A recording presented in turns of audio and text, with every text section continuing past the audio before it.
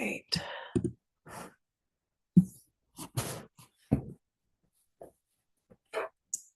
Welcome. Yes, we are. There we go. We're live. Namo tassa bhagavato arahato sama sambuddhassa. Namo tassa bhagavato arahato sama sambuddhassa. Namo tassa bhagavato arahato sama sambuddhassa. Buddham Dhammam Sangham Namasami. So today Aya Nyanika will be sharing her research and her mental explorations on Majjhima Nikaya 137. And how would you translate the title to this? Wow. Six exploration of the six sense spaces. The exploration, yeah. Does that work for you? Yeah, that works for me. Yeah. Okay. Yeah. Yeah. There's like so many details in this sutta. We were just wondering it might take 2 weeks. We'll see. It more than likely. It could take a month, but we'll limit it to 2 weeks. I do intend to kind of gloss the first part of it. My aim of picking this sutta was to get to the section on equanimity. And I realized at least having gone through a gloss of the first part might be helpful before we just charge into equanimity and then liberation. So I will share some notes and actually before I begin, and welcome Ev, Adrian, Locke, all, anyone else out on YouTube? First, before I go to my notes, and which I've collected from others' notes, I want to just give you some sense of what resources are out there. So I think if I do the sharing of my screen in the right way, I can move between my tabs. Share.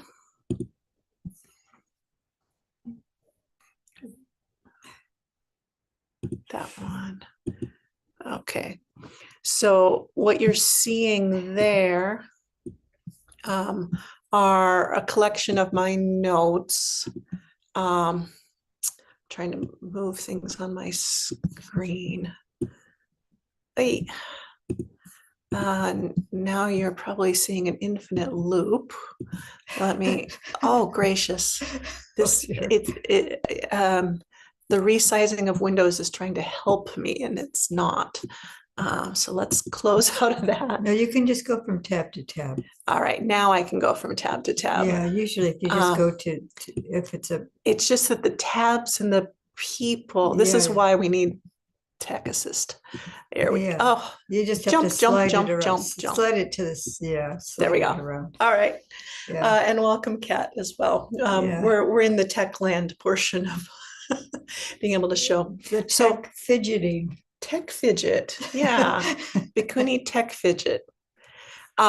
So I've got a number of tabs here. This is where I've collected various different bits and bobs. The first one we'll look at is an introduction that comes from Thanissaro Bhikkhu on the access to insight. He has a nice introduction, and then you can see his translation.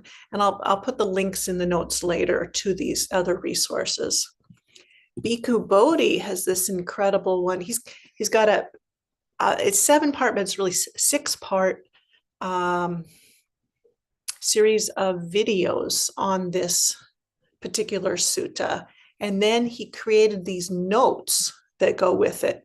So I've clipped a few of them out, but worthwhile to go through the totality of his notes. Of course, we've got Sutta Central, and on Sutta Central, it has both Bhikkhu Sujato and Sudasu Bhikkhu's translations. I use the digital poly dictionary to look things up. And then the last one second to last one I used was the notes from Pia Tan, who's a noted teacher and scholar that makes these wonderful summary sheets of suttas. The last thing, which I can't switch to because it's a different window, is the book The Island. Do you want to say a little bit about that, what that is? Or the Ajahn Hasano and Ajahn Amaro put together anthology, a beautiful anthology with their comments about the island. This is one of the epitaphs for Nibbana. Mm-hmm. So a student approached them and asked them if they could, because they were considering putting together some kind of a volume to offer the public, and so someone suggested Nibbana, and they went, "Oh, yay. Okay." They were. I was going to bring the physical copy to show you, but yeah, that's it. Yeah. So, and I also would like to say, don't be frightened by all these resources. It's like this is your you can look into them or not. Mm-hmm. But I think what I will be offering today may be really helpful to get a sense. We don't have to approach it very overly mm-hmm. intellectually, but this is a maybe a very extremely detailed net map with the topography and everything else. Right. But you have to actually do the walking if Absolutely. You want to climb the mountain. Yeah. So, and we're just going to pick some snippets out of one of my favorite chapters from The Island, or it used to be. We're starting to reread it, so we'll see what's a favorite now. But the first time I read this chapter, it was just like, oh my goodness, this is amazing. So hopefully we'll get to the amazing part today.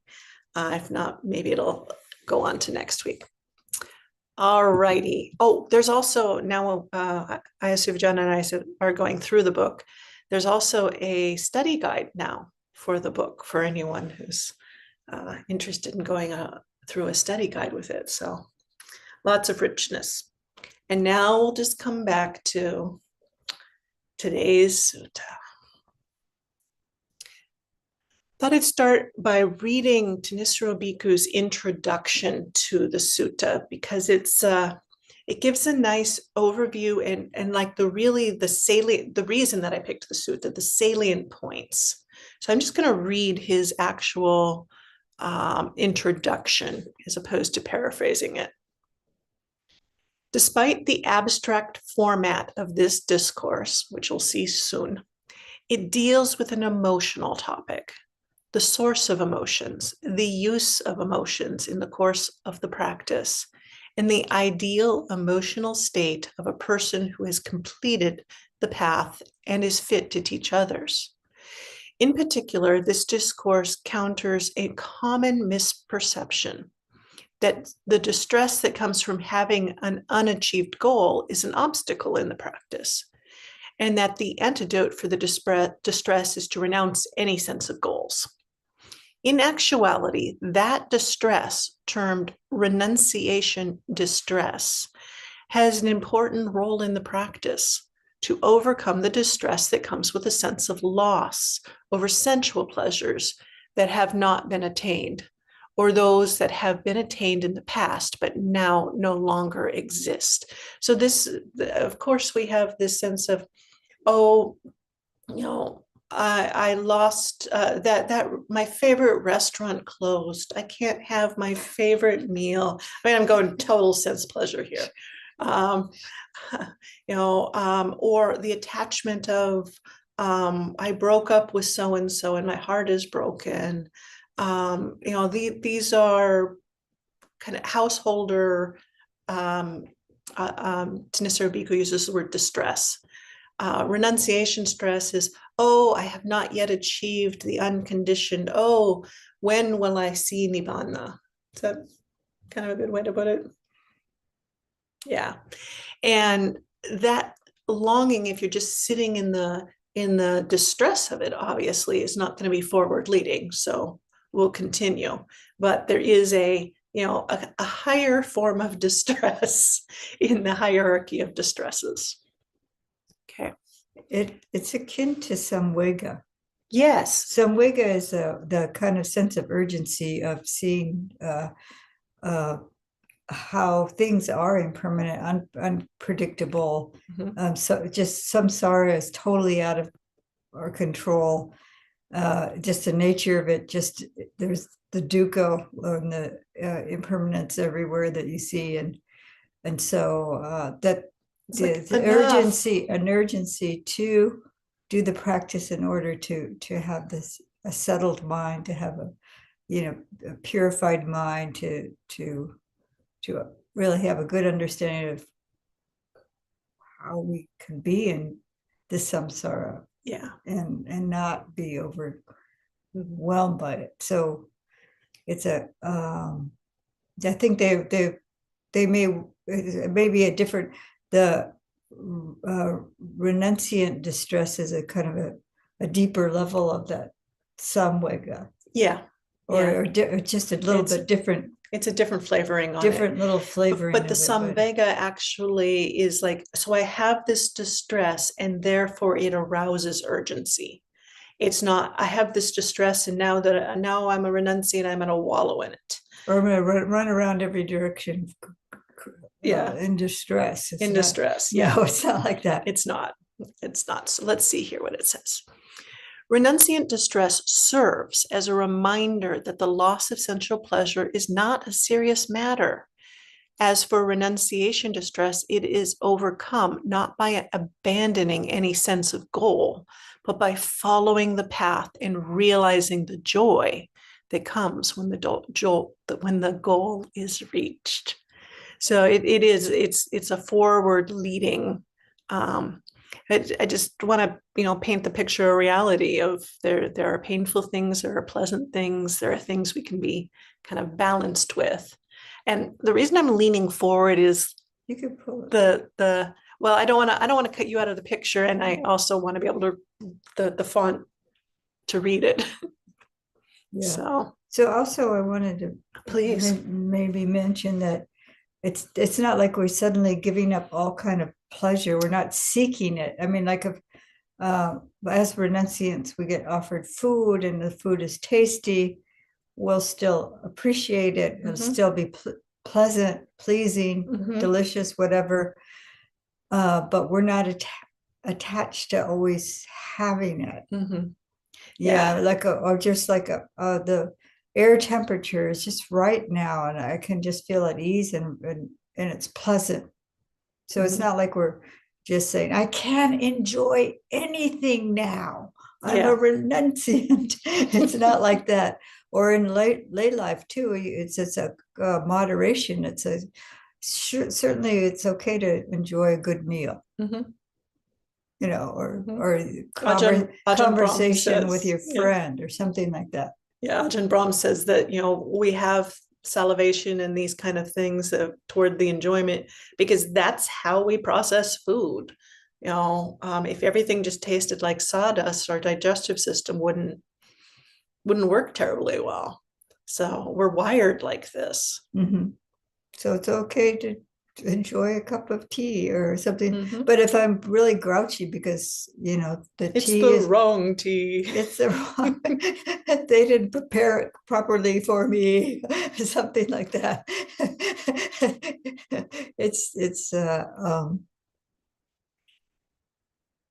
So, but if I think my life is kind of revolving around getting the tea at the right time or something. Yes, this is household dukkha. Anyone experienced it? I'm seeing some hands go up for sure. Yeah. All right. So, but if you do see that, you say, "Oh, here we are." Yeah. I don't have to buy into it. Yeah, and we'll get into the kind of the hierarchy. What fixes what fixes what, leads onward.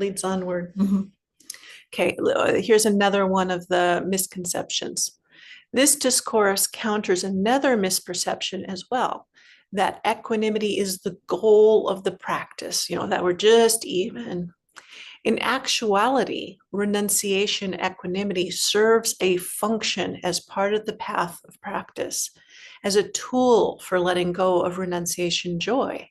And then it too is transcended by the state called non-fashioning. And this is, like I said, one of the favorite chapter from the island. So we'll hopefully get to that. Atamayata. Do you have another translation that you like of that word? Non-concocting, I like. What about you? I think there was something about that. Actually, it was something about a Non. non-place to roost, Oh, that's a good one. Yeah. because there's nothing to grasp onto. So they're the roost. The I don't remember how to break the word up, but there's certainly We'll get to that. We'll get that. The non-tamaya. I don't know. the non thisness, not getting into the thisnesses, the thatnesses, which is a kind of concept. So let's So go to that nothing one to later. attach to, Yeah. nothing to grasp onto. Okay. In which there is no act of intention, not even the intention underlying equanimity at all. It's like this ultimately peaceful, restful, non-attached, but so clear and bright way. No, we're not talking about an annihilation here, because there's nothing to annihilate. We'll get to that. Okay. Yeah. Most of the excerpt translations I have here are from Sutta Central, and they are Bhante Sujato's translations. But this introduction from Bhante Thanissaro, I thought was really helpful to see why would you go through this analysis that we're going to look at. So at the beginning of the sutta, there's a summary of what the Buddha is going to cover.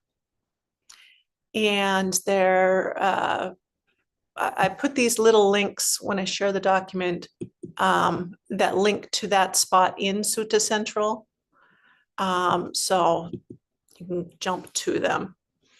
So this is the list of things that the sutta covers: the 6 interior sense fields, the 6 exterior sense fields, the 6 classes of consciousness, the 6 classes of contact. So already that sounds like a lot, but those 24 are pretty simple. You'll totally get it. Then we get the 18 mental preoccupations, and those are going to get into the Vedana, the feeling tones, the 36 positions of sentient beings. That'll elaborate it further. And then we'll get to this concept we were just talking about. Therein, relying on this, give up that. Well, actually, that's a step before. Never mind. It gets there. Therein, relying on this, give up that. Then we'll get to the way that the Noble One cultivates the establishes of mindfulness in 3 cases. So we're used to knowing about the Satipatthana, the 4 Satipatthanas. This is a different use of the word Satipatthana, these foundations that the teacher rests on when giving a teaching, and by which they are worthy to instruct. And then I think lastly, is all of the meditation tutors. Let's see, of all meditation tutors, the Buddha is called the supreme guide for those who wish to train. And this is the summary of the recital of the analysis of the 6 sense fields. Then there's a kind of an ending piece to the sutta. So the first part is just some lists. And there's a list of the first 24 items that are to be understood. So sections 4, 5, 6, and 7 in the sutta. Here, I will jump over to the sutta, just the Sutta Central, just so that you have a sense of how this is laid out. 4.1, and so the section on 4 is about interior. Section on 5 is about the exterior, etc. So it helps you to create the mapping. so interior is Mhm. one's own, the physical senses and The one's own experience, they're the sense mental. fields, the eye. I started to point at my ear and say I. Yeah, The eye, the ear, the nose, the tongue, the body, and the mind. So the mind is included as a internal sense field. And then the exterior is what is cognizable by those senses. So the sights, the sounds, the smells, the tastes, the touches. And I kind of like this translation, ideas. Does that work for you, or do you have a different? yeah, it's kind of like, how can that be exterior? This is like the thing, the interior, exterior. So I think, yeah, I've been, because we do get ideas from the outside. I have a, um, yeah, something like a, how can your mind be invaded by some exterior sense when it's in the mind? So it's like thoughts cognizable by the mind. So the experience of the mind without the thoughts, possibly. Mhm, And but also we get ideas from the outside, like mhm, I am maybe saying something to me, and mhm. then that's a sankara that's entered my mind, and then maybe I remember it. That thought comes up later. I don't know. It's just it's I don't know for sure, but Mhm. ideas. It could be the mind, uh, just the pure chitta, and then a thought Yes, comes up, yes, yes, yes. and That's that how so I that's take a it. contact of that thought. Mhm, And you can, when you're meditating, you can see it sometimes when it starts to percolate a little bit, and then it forms into an idea. mhm, mhm. So the mind is that the mind stream is maybe at rest, and then if you're tuned to the gaps between the thoughts too, if you start noticing it, and those periods of the mind being quiet in between that, and then sometimes what happens is there'll be a sound or a smell or something, and then boom, a memory comes in. Mhm. And so that's, uh, I think that's where that contact actually happens, is it's like boom, boom. Mhm. But it's also just, it seems really random, like memories during the day come up. They just float up Mhm. if you're just watching your mind. So that's an interesting, what's interior and what's exterior for the mind. Right. And I think it's a classification structure that also helps us break apart this what is me, what is mine. And when we think of the mind as the mind, so I mean, I'm just going to call it an organ at this point, the organ of the eye, the organ of the ear, the organ of the mind. But it's not the brain. And it's not the brain, but it's the capacity to have contact. So there is a conditioned sound. It's going bum bum bum bum bum bum bum bum bum bum. It was conditioned by the jackhammer or the person knocking on the door. And the ear is available that when that sound comes along, it can be received. The same is true with the mind. The memories, the um, associations, the perceptions, all of these things that are occurring, then it becomes available, and the mind in contact with it, idea. So that's the initial conditioning was external to the mind organ. That doesn't quite work, but Yeah, well, yeah, actually, it's all our thoughts and ideas come from the outside. yeah.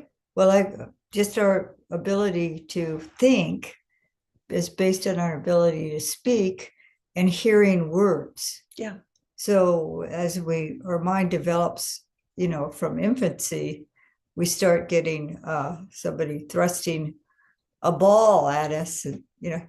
ball, ball, and then or this is these are your shoes. Yeah, Mhm.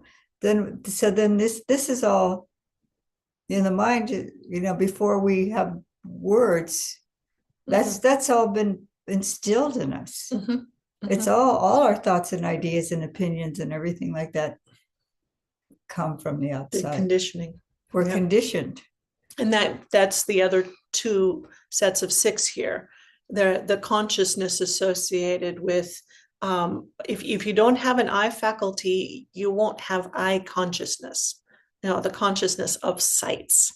If you don't have an ear faculty, etc. So there's we call in Buddhism we have these six consciousnesses, which sounds like a lot, but it's that ability for something to be contacted and then perceived. So this is the tricky side of the sutta. And we're piecing everything together to seem like a whole, Mm-hmm. all our sight sounds that our experience, and that's the world. The sixth Yep. sense space is also called the all or the The world. world. And when Yeah. we start to really understand this is it, this is what's happening, and this is how awareness, everything that awareness is meeting is these 24 things coming together. The sense faculty, the thing that it's going to be in contact with, the actual contact with consciousness, so that there's an actual experience occurring.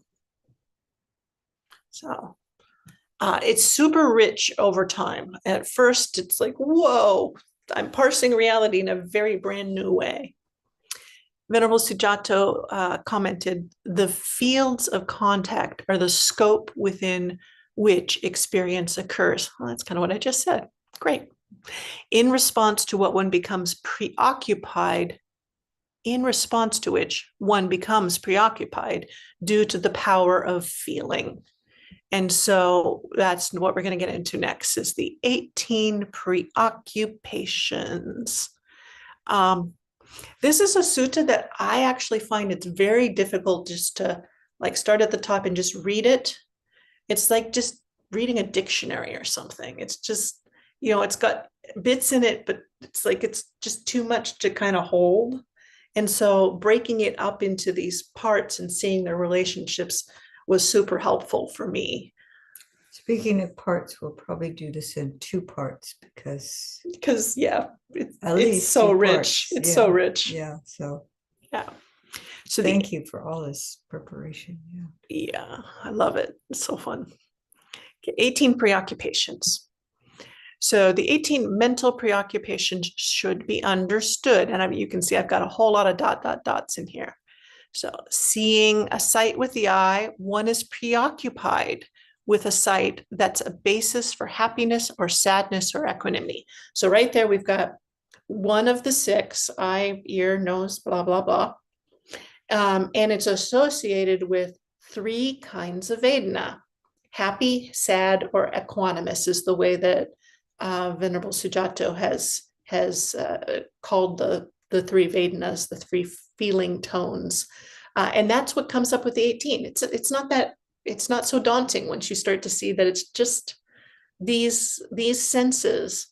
And then what happens, and I've seen this in my own experience too, is I become preoccupied with it. I become enamored with it, attached to it, directed toward it, and what is it that I'm attached to or pushing away or preoccupied with in whatever manner? It isn't just I see the box sitting on the table. It's the Vedana associated with it, and where that Vedana comes in the rabbit hole might vary, but there's some sort of that color of blue. Oh, pleasant. And so I want to continue to gaze at the blue. Oh, that color of red, orange, don't like. Maybe I should put that away so I don't have to look at it. Or, so our preoccupations come out of these very basic things: six senses, three feeling tones, boom, 18 things to be preoccupied with, and we fill our days with it. So I think that it's I'm looking at the Pali. Yes, please. It's a like domanassa ta atta niyang. So Uh-huh. there's a, did you look that up? Because you have to parse between the atta and the yang. That's the preoccupation. Yeah. So that, yeah. So it's interesting. The atta is a goal, purpose, meaning, sense. So like the the feeling tone is kind of making your goal or purpose or something like that. It's like I'm just kind of it's like, so being Mhm. preoccupied by it, by either the somanasa or the domanasa, is And that your goal is to uh, enjoy and or a goal to avoid yeah. unpleasant. And Somanasa is kind of the enjoyment side, and Domanassa is the distress side.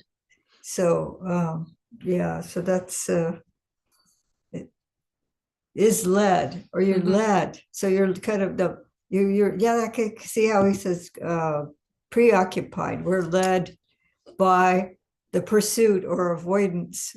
Mhm. And literally the word of what this preoccupation, it's the approach. If I like the word probe. It's like I'm probing at that sore tooth kind of thing that we do with pleasant, unpleasant, and neutral things. Examine. So literally approach. And this is where I don't know if I can get to He the. said a site that's a basis for. Mhm. Yeah. So here is the word. I did have it queued up in the dictionary.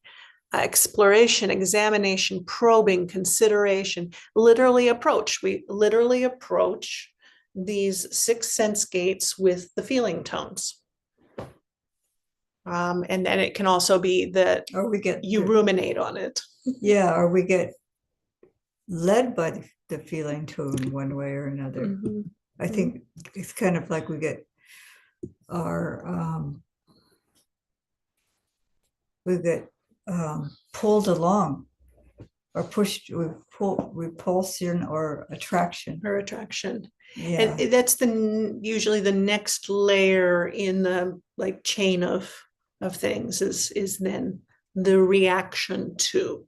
But initially this is the gluing, I think. This is where we glue it, and then the next thing and the next thing and the next thing. So well, maybe I'll use rabbit hole a lot today. Down the rabbit hole.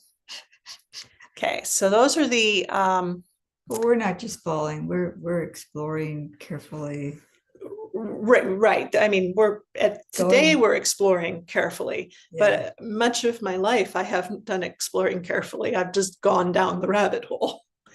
Yeah, So, but I think the thing is that we start out with the fact that we fall down the rabbit hole, and then we're boom on the bottom, and then you might start tracing backwards, like, oh, okay, this is where how I got down here, mm-hmm, and you trace backwards, upwards. mm-hmm. Uh, Hopefully you don't fall too far, get too lost, but the tendency is to either to fall down the rabbit hole and it's all cushy and nice and you're Oh, or fall down the rabbit hole and oh no, how did I get here? or where am I? Yeah. I think we get hit all of them there. So yeah, so this is three types of weight in a pleasant, unpleasant, and neutral. The neutral is the where am I? Yep. And of course the other two are obvious. Yeah, and we'll get into more of like what those that gets into the 36 positions, which we'll get to shortly. But here's the summary. So these are the six preoccupations with happiness, six preoccupations with sadness, and six preoccupations with equanimity. And these should all be understood. So, gosh, we have a rich ground every day to practice, to have understanding. It's like yes, I highly encourage going to the cushion. And every sense contact you have is a moment for you to gain clarity into the reality of things. What a wonderful thing. Should we go on to the, Certainly. okay. Thank you. So the next bit is the 36 positions of sentient beings. All right, anyone's head exploding already? Okay, some of you have seen this kind. Yeah, cats. Yeah, me too. I mean, many times through this, and I'm still like daunted. So really take today as a overview of many lifetime. Days of exploration that you can do. 36 positions of sentient beings.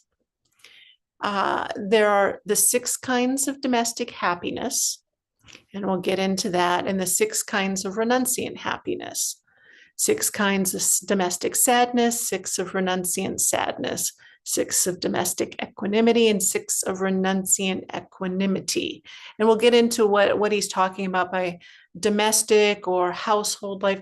It's the worldly, just societally indicated way of approaching things versus the renunciant form of approaching things. And that doesn't, I mean, I highly recommend the robes and the hairdo, but it's not required for you to be approaching renunciant happiness. You can definitely do that with dreadlocks or whatever. Okay. Could.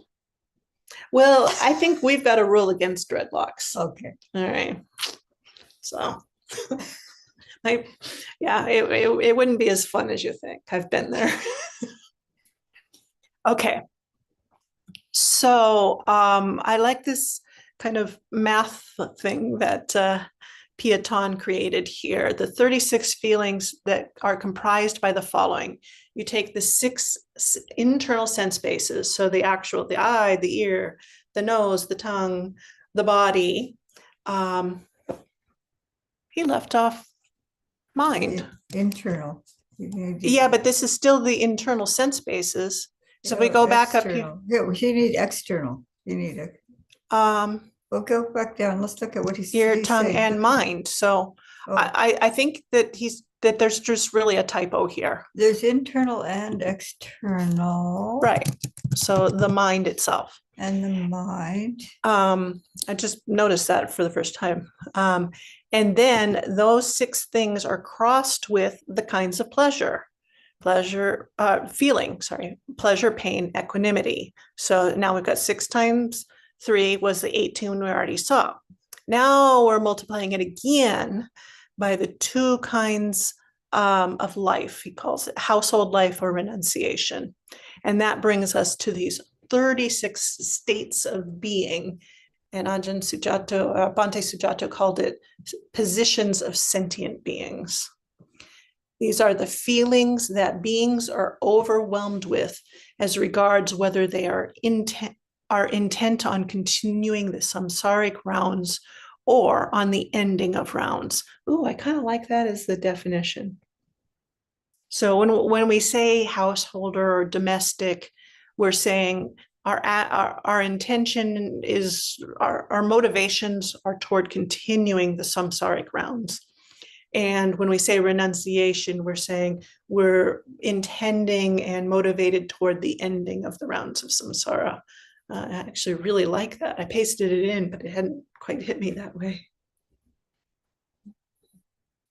Okay, so let's look at the differences between one engaged in domestic feeling and one engaged in renunciant feeling. And this is also from Piaton, these notes. The practitioner is then explained the differences between the 2 types of feelings. In the case of one enjoying household life, a sense experience perceived as pleasant is regarded as a reception, a gain, and they delight in that. And then he recalls such an experience with pleasure. So that's both the experience of it and the memory of it. But when he's unable to find such a desirable sense experience, he is displeased.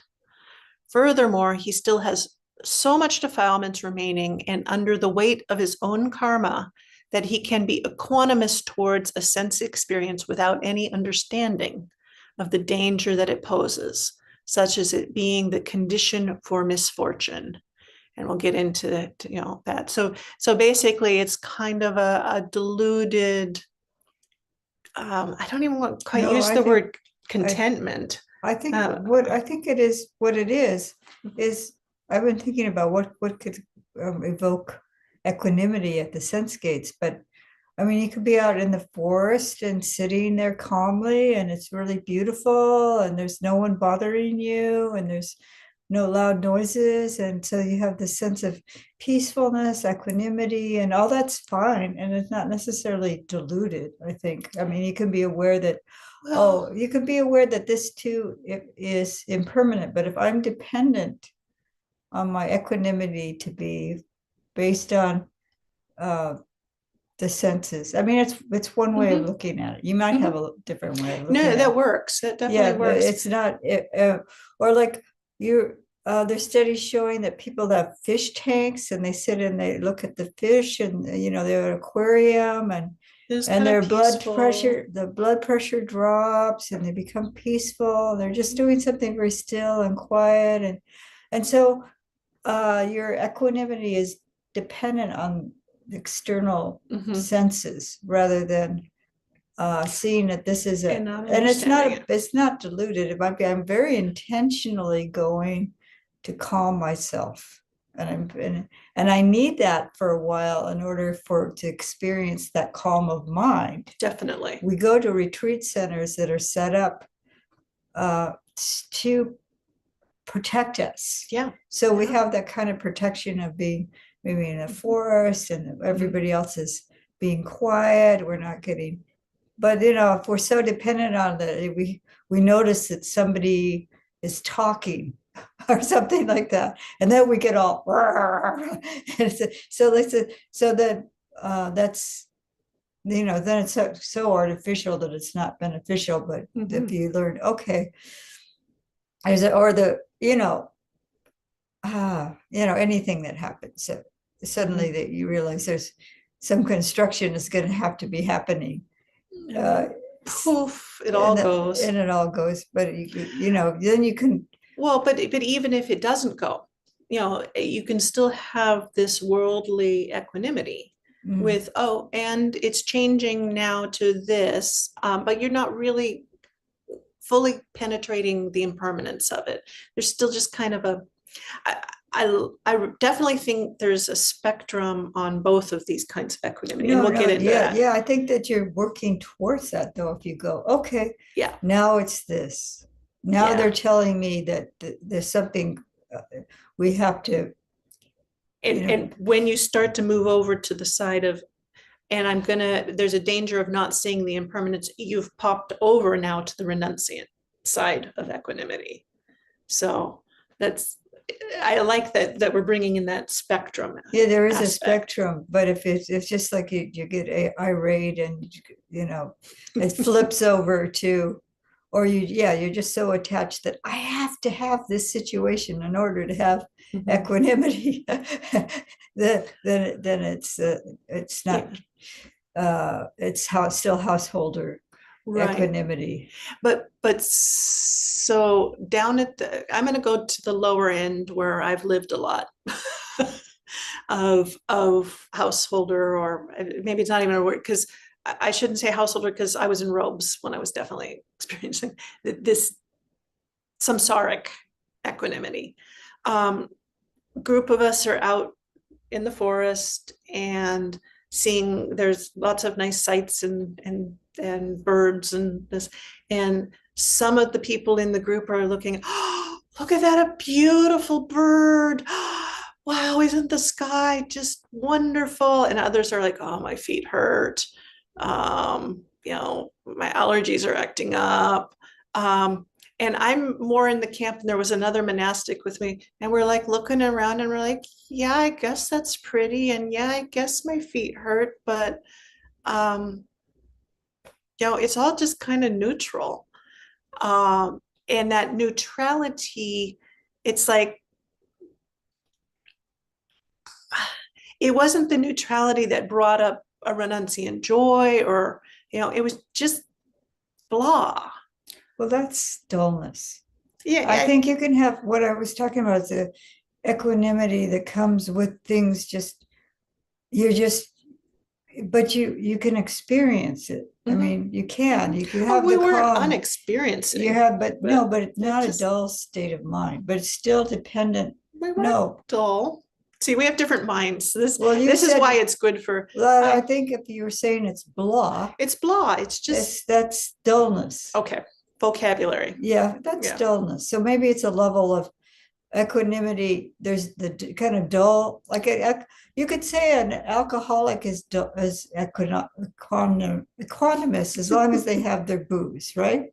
And they're just that's just kind of flatlining more than. And then there's the okay, I'm just checking. What do you call it? Checking out. I'm Yeah, just yeah, like yeah, I'm yeah. not. Okay, yeah, There's yeah. checking It's a out. little bit more of a. I'm not. Yeah, This is why this area is so rich for exploration. I yeah, mean, you but the can see thing is, this. if there could be another experience that oh, this is just kind of normal because I'm used to the birds and the That this and the too. that and the Yeah. and so then, uh, but then there can be an appreciation of colors and shapes and stuff like that, and your mind's not grasping Mhm. at it. So if Yeah. you're, oh, this is so stunning, and oh, the bird, and I have to see it, is different than, We could call this section the shades of samsara. yeah. So this Uh, is so the mind is being pulled in that direction mhm, mhm. all the time, but you can just be calm because the situation is providing for that Isn't it? calmness, Yeah, or yeah. that The the experience is music such. is just very soothing, and you're sitting in your comfortable chair, and there's nothing wrong with that because some people, especially having a lot of stress in the world, to find ways to calm themselves. I Yeah. guess there's these sounds that now they have like different frequencies, and you listen to the sound, and so you're dependent on that sound to calm you down. And there's nothing wrong with that. Absolutely. Nothing Yeah. wrong with that. But Yeah. this is still Well, a dependency. yeah. And it may be that we need those kind of things Mhm. in order, They're the uh, rungs on the ladder. yeah, the to have that experience of not always to be have that experience of calm, and then see that experience of calm is um, more supportive on the path than grasping, grasping, grasping, or pushing, pushing, pushing Hmm. away. So that and then innocent enough joys or equanimity and things like that are fine. Yeah. It's just that we just recognize it for what it is Yeah. really knowing the Let's understanding. do that Yeah, side. Let's do the renunciation side, and then let's open it up because this is already a lot, and then yeah, we'll see about. So here's the yeah, second side of the comment.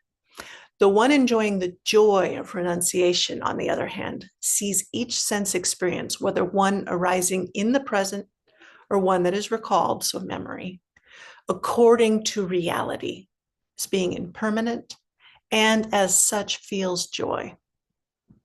Understanding the sense experiences, both past and present, as being impermanent, suffering, changing by nature, he thinks of liberation such as arahanthood. Understanding the impermanence of sense experience, both past and present, as it really is with right wisdom, he is truly equanimous. Now you can see the progression there. It's the seeing the impermanence, having the sense of joy, that being with it as it is, seeing that there is some suffering in this. That's the dukkha side, and then we'll get into the more details of it, and then seeing it with wisdom, we get the real equanimity that's more supportive and beneficial for further development. All right, before we either confuse further or begin the explanation part, let's open this up to see how are we doing with these the 6 classes of things, the 18 mental preoccupations, and the 36 positions thus far, just given as a synopsis. Please. Yeah, any Questions, comments, about experiences that what so far we've talked about? Can put up a virtual hand or a physical one. physical hand. We don't have a way for the YouTube people to ask questions. Not without more tech Why don't you support. put it in gallery group view, because I've got that. Oh, you mean take it off of this, the share? you could. Oh, sure. Okay. All righty. Thoughts, just responses. Is this overwhelming? Did I pick something too excruciating, or enough curiosity in it? Okay. All right. Should I go on into the details or anything arisen? All right. If did you? Ev, did you have something? No. Okay. No. All right. All right. And I hadn't seen Kema come in. Welcome. All right. So I'm going to go back to, and then go back to the share. I think it's this one. There we are. Okay. Yeah, we're not even up to the section I picked the sutta for. So rich. Okay. Well, we did talk about equanimity, though. Yeah, but that's just the tip of the iceberg. All right, so we're going to get into the a little bit more of the how do you actually see these things? You know, how do they match up? So we've got the context that there are the 6 kinds of domestic happiness. I have to reshape this so I can read again. You have to make it smaller. I have to make it smaller. Sorry. Oh, yeah, you just have to move it around as you need to get at things. That's what I do. There we go. Yeah, that'll work. Okay. Yeah. In this context, what are the 6 kinds of domestic happiness? There are sights known by the eye, and just read this as all of them, which are likable, desirable, agreeable, pleasing, connected with worldly pleasures of the flesh. Happiness arises when you regard it as a gain to obtain such sights or any of the senses, or when you recollect sights you formerly obtained that have passed, ceased, and perished. So there's this sense of happiness arising when you regard it as a gain. That's the basic definition of domestic happiness. It arises and you like it. And in the context, what are the 6 kinds of renunciant happiness? When you've understood the impermanence of sights, they're perishing, fading away in cessation. Happiness arises as you truly understand through right understanding that both formerly and now, all these sights are impermanent, suffering, and perishable. Such happiness is called renunciant happiness. Wouldn't you get scared? Wouldn't you get scared? You know, you can get scared if it's really not the full impact of wisdom yet. That is a gate that some people do go through, this fear. And if you do approach that gate and the fear comes, it's like when you're a child and you're gonna dive into the pool for the first time, kind of thing. And it has to be that point at which you're like, swimming is going to be so worthwhile. I'm going to go for it. So grounding yourself in like the Brahma Viharas and other types of joy. And also, yes, I think that if there's the wisdom there and then seeing the cessation, it'll actually be a peaceful kind of joy that arises rather than fear. Yeah. But I think what happens sometimes, I've heard of this phenomena where people they're forcing their mind into a stillness, Yeah. and then it's becomes frightening, Mhm. and people can actually have a psychotic break if it's too Yeah. forced. Yeah.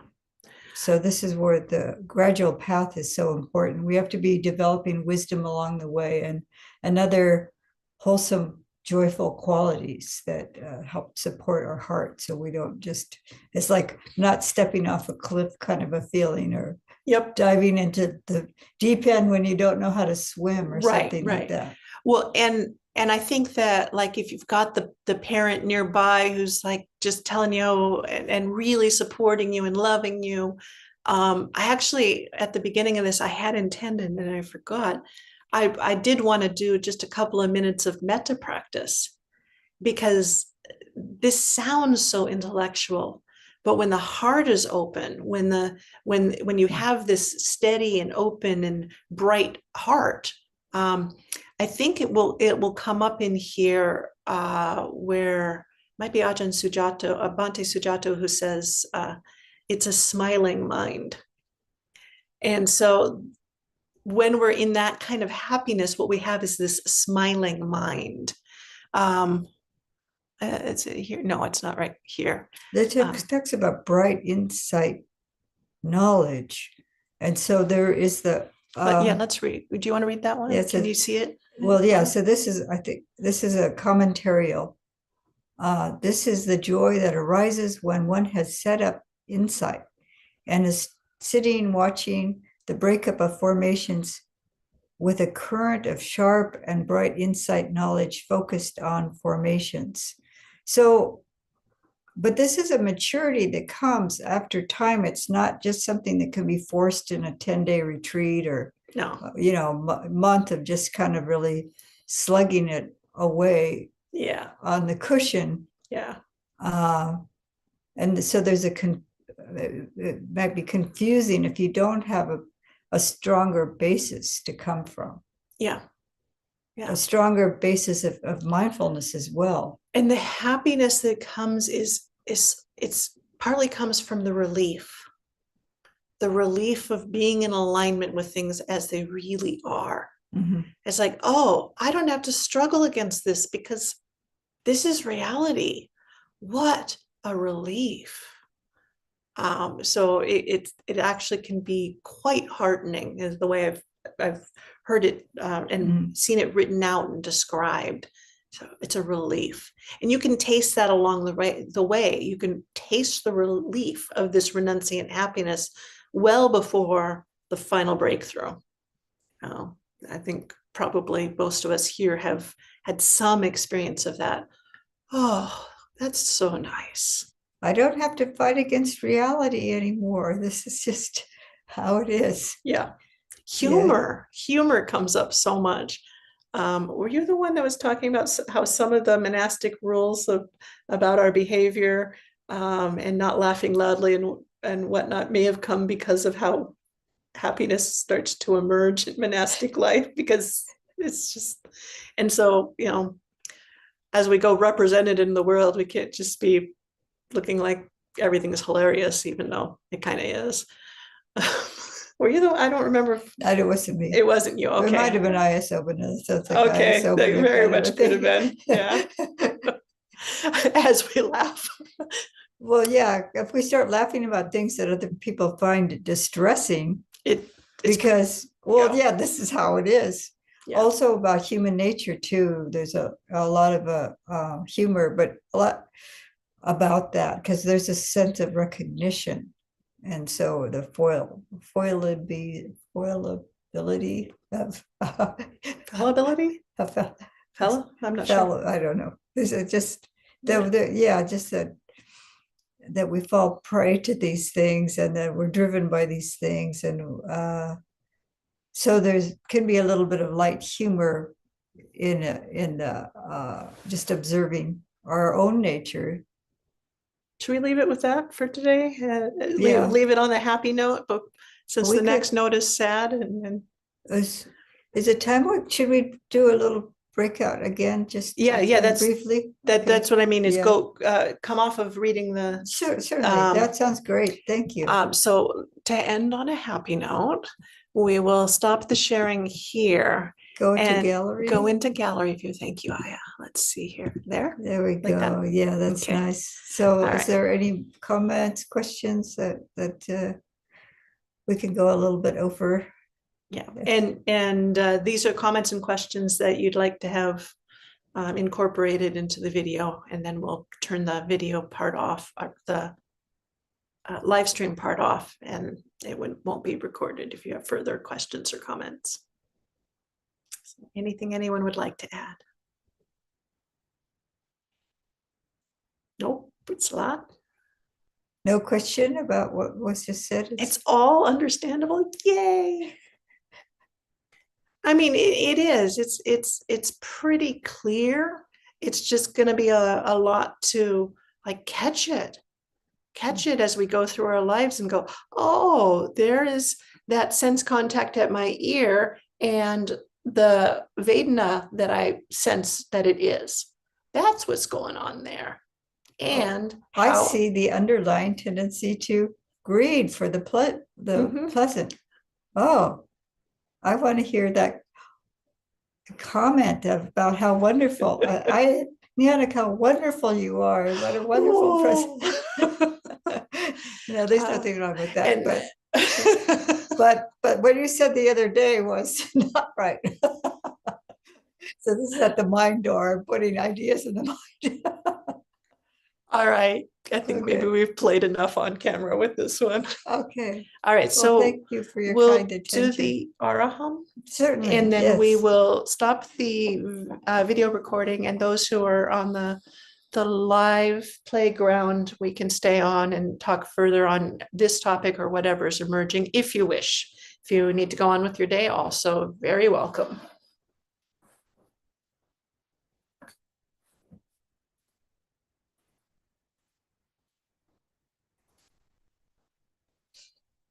Araham Sama Sambuddho Bhagava Buddham Bhagavantam Abhivademi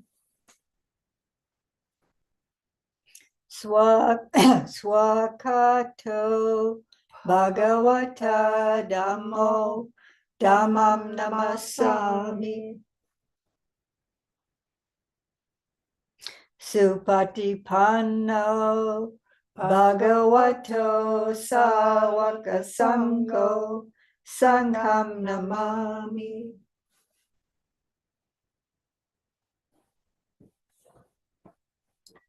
All right. Bye, YouTube land. Let's see.